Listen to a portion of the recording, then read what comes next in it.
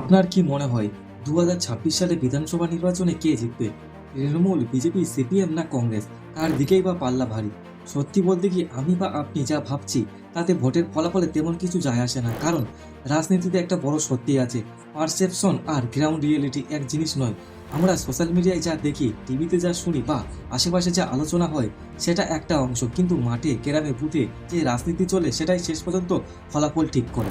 আপনি যাকে শক্তিশালী ভাবছেন সে হয়তো আসলে অনেক পিছিয়ে, আবার যাকে দুর্বল মনে করছেন সে চুপচাপ মাঠ দখল করে ফেলছে। কারণ রাজনীতিতে একটা কঠিন সত্যি আছে, যে বেশি দেখা যায় সে সবসময় জেতে না, যে বেশি কাজ করে সেও সবসময় জেতে না। জেতে সে যে রাজনীতিটা খুব ভালো করে বোঝে। কয়েকটি ফ্যাক্টর বলবো, সেগুলি জানার পর তারপর আপনি নিজেই বলবেন 2026-এ কোন দলে জেতার সম্ভাবনা সবচেয়ে বেশি। চলুন একটা খুব সোজা প্রশ্ন করি, ভোটে আসলে কারা জেতে? যারা খুব ভালো কাজ করে তারা কি জেতে? যারা বেশি শিক্ষিত তারা কি জেতে? যারা ভদ্রভাবে কথা বলে, সুশীল আচরণ করে, তাদের কি মানুষ ভোট দেয়? নাকি যারা সত্যি মানুষের পাশে দাঁড়ায় তারাই জয়ের মুখ দেখে? অথবা যারা ধর্মের রাজনীতি করে না, শিক্ষা, স্বাস্থ্য, কাজের কথা বলে, তারা কি এগিয়ে থাকে? শুনতে সবকিছু আদর্শ লাগে, কিন্তু বাস্তবে চিত্রটা একেবারেই অন্যরকম। বাস্তবতা একটু খেয়াল করলে দেখবেন অনেক সময় তারাই জিতে যায় যাদের রেকর্ড পরিষ্কার নয়, কেউ হয়তো বা খুব বেশি পড়াশোনা করেনি, কারোর নামে আবার একাধিক অভিযোগ রয়েছে। ভোটের পরে যাদের এলাকায় দেখা যায় না, তারাই আবার ভোটের আগে দরজায় দরজায় যায়, হাত জোর করে প্রতিশ্রুতি দেয়, আর মানুষও সেই কথায় ভরসা করে তাদেরকে ভোট দেয়। এলাকার রাস্তার খারাপ অবস্থা, নর্দমা পরিষ্কার হয় না, টোটো কাজেও ভোগান্তি, তবুও ফলাফলে কি তারা আবার ভোটে জিতে যায়। এমন ঘটনাও আছে যেখানে বড়সড় কেলেঙ্কারির পরেও কিছু মানুষ আবার নির্বাচনে দাঁড়িয়েছে, গুরুতর অভিযোগও রয়েছে, এমনকি অপরাধের ইতিহাস থাকলেও তাদের জনপ্রিয়তা কমেনি। কেউ কেউ জেল খেটেও ফিরে এসেছে, জনগণ তাদেরই আবার গ্রহণ করেছে। এখন নির্বাচন সামনে, সব দল প্রার্থী ঘোষণা করে ফেলেছে, চারিদিকে প্রচারের জোয়ার, মিটিং, মিছিল, পোস্টার, ব্যানারে ভরে গেছে এলাকা। সব দেখে মনে হচ্ছে এটাই মূল লড়াই। ভোটের দিন কি সত্যিই ঠিক হয় কে জিতবে আর কে হারবে? আমরা যেসব মিটিং, মিছিল, বক্তৃতা, প্রচার দেখি সবই আসলে বাইরের স্তর, ভিতরের খেলাটা অনেক আগে থেকেই শুরু হয়ে যায়। এটা একদিনে তৈরি হয় না। গণতন্ত্রের নিয়ম সোজা, যার ভোট বেশি সে জিতবে, কিন্তু বাস্তবে রাজনীতি এতটা সোজা নয়। এখানে শুধু ভোট নয়, প্রভাবটাই আসল। একটা নির্বাচন মানে বিশাল আয়োজন, এখানে লাখ লাখ মানুষ জড়িয়ে থাকে, কোটি কোটি টাকা খরচা হয়, আর সবকিছু আগে ভাগে পরিকল্পনা করা হয়। এটা শুধু ভোট নয়, এটা একটা সম্পূর্ণ মেশিনের মতো কাজ করে। অনেকে এটা উৎসবও বলে, কিন্তু বাস্তবে এটা একটা রাজনৈতিক যুদ্ধ। আচ্ছা, আমরা আলোচনা করব এমন কয়েকটি স্ট্র্যাটেজি নিয়ে, সেগুলি যদি আপনি জানেন তাহলে আপনি পরিষ্কার বুঝতে পারবেন ভোটে কোন দল জেতে আর কেন জেতে। নমস্কার, আমি শুভ, আপনারা দেখছেন ইনসাইড ট্রুথ উইথ শুভ। আর যারা চ্যানেলটা সাবস্ক্রাইব করেননি তারা ভিডিওটি শেয়ার করে চ্যানেলটি অতি অবশ্যই সাবস্ক্রাইব করে পাশে থাকবেন। চলুন এবার একে একে জেনে নেওয়া যাক ভোটে জেতার কৌশলগুলো ঠিক কী কী, যেগুলি সাধারণত রাজনৈতিক দলগুলি ব্যবহার করে থাকে ভোটে জেতার জন্য। এবার যদি আমরা পশ্চিমবঙ্গের বিগত দুইবারের লোকসভা নির্বাচনের দিকে তাকাই, তাহলে আমরা বুঝতে পারবো।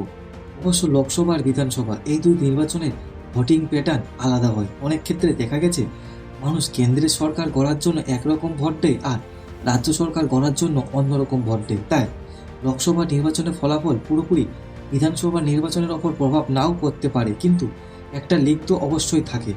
পশ্চিমবঙ্গে বিধানসভা নির্বাচনে ক্ষমতা দখলের লড়াই মূলত শাসক দল টিএমসি এবং রাজ্যের প্রধান বিরোধী দল বিজেপি এর মধ্যে।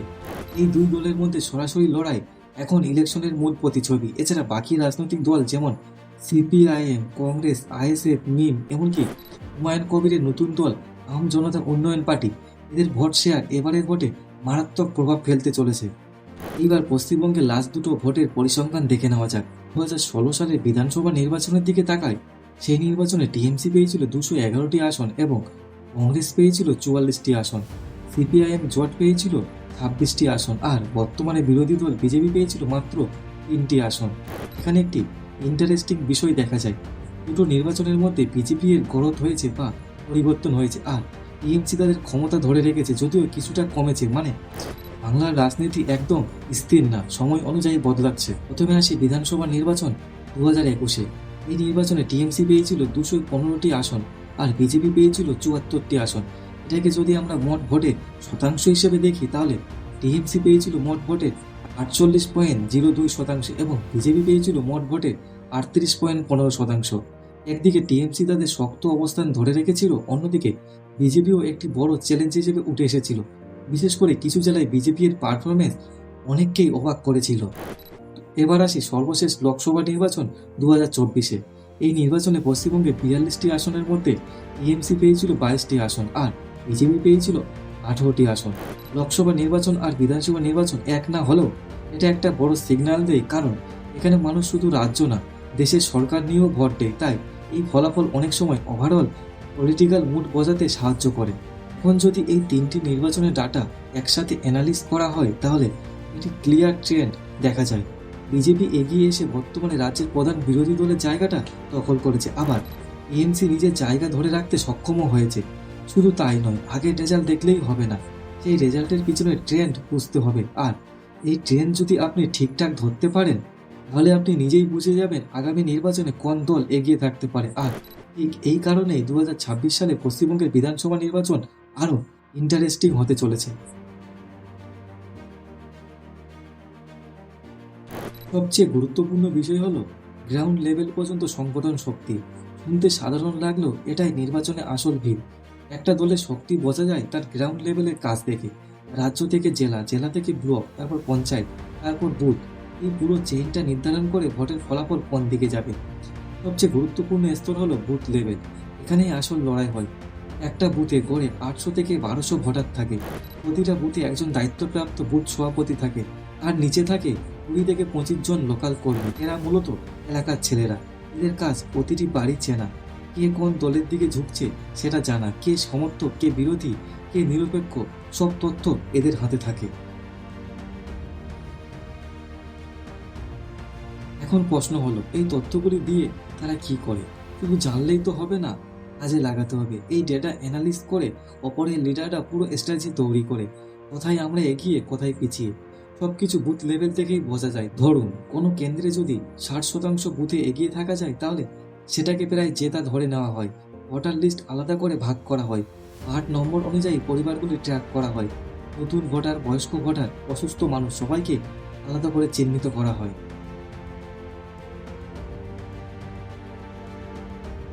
এইখানেই শেষ না, ভোটারদের ডিটেলস আরও গভীরভাবে ম্যাপিং করা হয়। কোনো পরিবার বা কোনো কমিউনিটির কে কোথায় কাজ করে সব তথ্য রাখা হয়। গতবার কে কাকে ভোট দিয়েছে সেটাও বিশ্লেষণ করা হয় বুথ ধরে ধরে।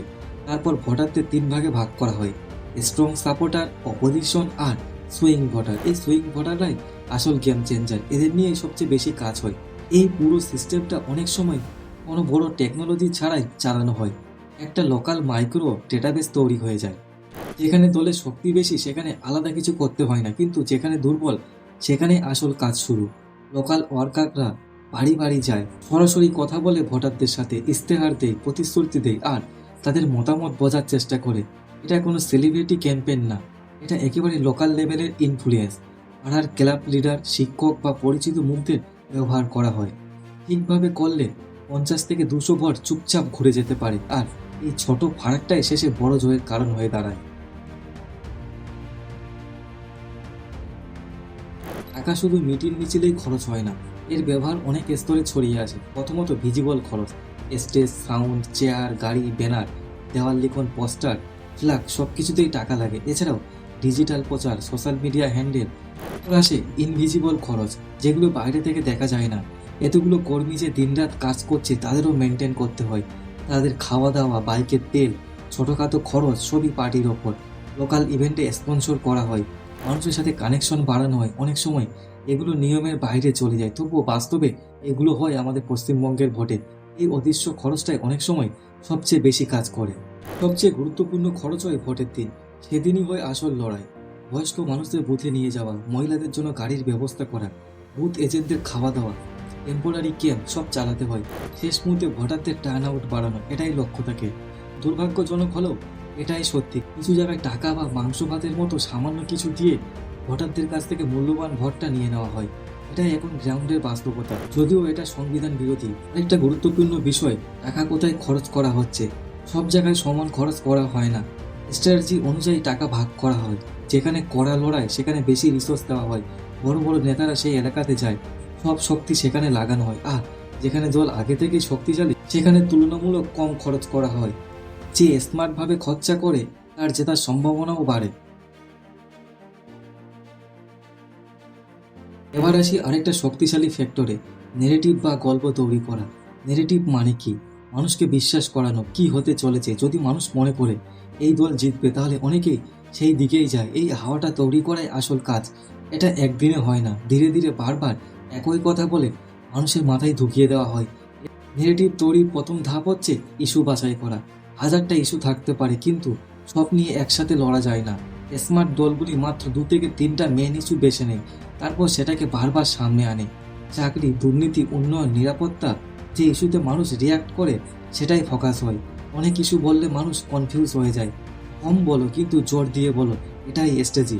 ধরুন চাকরি নেই, এটা একটা নেগেটিভ বার্তা। আবার নতুন সুযোগ আসছে, এটা পজিটিভ বার্তা। দুটো একই বিষয় কিন্তু প্রভাব আলাদা। আপনি কিভাবে বলছেন, কোন শব্দ ব্যবহার করছেন সেটাই আসল। মানুষকে ভয় দেখাবেন না আশা দেখাবেন, সিদ্ধান্তটা সেখানে। একই কথা বারবার বলা, স্পিচে, পোস্টারে, সোশ্যাল মিডিয়ায়, সব জায়গায় একই মেসেজ বারবার শুনতে শুনতে মানুষ সেটাকে সত্যি ভাবতে শুরু করে। এইভাবেই একটা হাওয়া তৈরি হয় যেখানে মনে হয় এই দলই জিতবে, আর অনেকেই সেই হাওয়ার সাথেই ভেসে যায়। মিডিয়ার ভূমিকাও এখন অনেক বড়। কে বেশি কভারেজ পাচ্ছে সেটা গুরুত্বপূর্ণ। টিভিতে কাদের বেশি দেখাচ্ছে, কে বেশি হেডলাইনে থাকছে, এই জিনিসগুলোই মানুষের মনে প্রভাব ফেলে। সোশ্যাল মিডিয়ায় কারা ট্রেন্ড করছে, কারা আলোচনা তৈরি করছে, এগুলি এখন সরাসরি ভোটে প্রভাব ফেলছে। কে নেগেটিভ সেট করছে আর কে শুধু ডিফেন্ড করছে, সেখানেই বোঝা যায় কে এগিয়ে। এবার আসি লিডার ইমেজে। একজন নেতার ব্যক্তিত্ব অনেক কিছু নির্ধারণ করে। কে কতটা শক্তিশালী, কতটা সৎ, কতটা মানুষের কাছাকাছি, এই ইমেজটাই ভোটারদের প্রভাবিত করে। অনেক সময় পুরো নির্বাচনটাই একজন নেতার উপর দাঁড়িয়ে থাকে। তার কথা বলার ধরন, বডি ল্যাঙ্গুয়েজ, আচরণ সবই গুরুত্বপূর্ণ। একটা ভুল কথা বা আচরণ বিশ্বাস নষ্ট করে দিতে পারে। সবচেয়ে বিতর্কিত বিষয় হলো মাসেল পাওয়ার। সহজভাবে বললে এটা হলো লোকাল লেভেলে প্রভাব আর দখলদারির খেলা। সব জায়গায় না, কিন্তু কিছু কিছু এলাকায় কার প্রভাব বেশি, কার দাপট বেশি, সেটা ভোটের ফলাফলে সরাসরি প্রভাব ফেলে। অনেক সময় দেখা যায় মানুষ নিজের ইচ্ছে মতো ভোট দিতে চাইলেও মনের মধ্যে একটা ভয় কাজ করে, আমি কাকে ভোট দিলে কোনো সমস্যায় পড়বো কিনা। এই ভয়টাই বড় ফ্যাক্টর হয়ে দাঁড়ায়। ভোটের দিনেও অনেক জায়গায় ছোটখাটো গোলমাল, বাধা বা চাপ সৃষ্টি করার অভিযোগ ওঠে, যার কিছু আমরা খবরেও দেখি আর অনেক কিছু সামনেই আসে না। ভোটের পরেও পোস্ট পোল ভায়োলেন্সের ঘটনা নতুন কিছু নয়।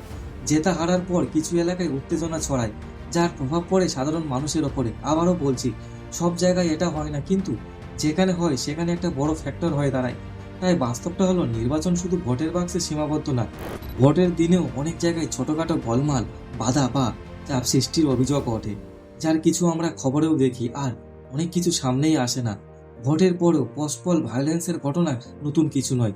জেতা হারার পর কিছু এলাকায় উত্তেজনা ছড়ায়, যার প্রভাব পড়ে সাধারণ মানুষের ওপর। আবারও বলছি, সব জায়গায় এটা হয় না, কিন্তু যেখানে হয় সেখানে এটা একটা বড় ফ্যাক্টর হয়ে দাঁড়ায়। তাই বাস্তবটা হলো, নির্বাচন শুধু ভোটের বাক্সে সীমাবদ্ধ না, কিছু জায়গায় সেটা ক্ষমতা আর নিয়ন্ত্রণের লড়াইও।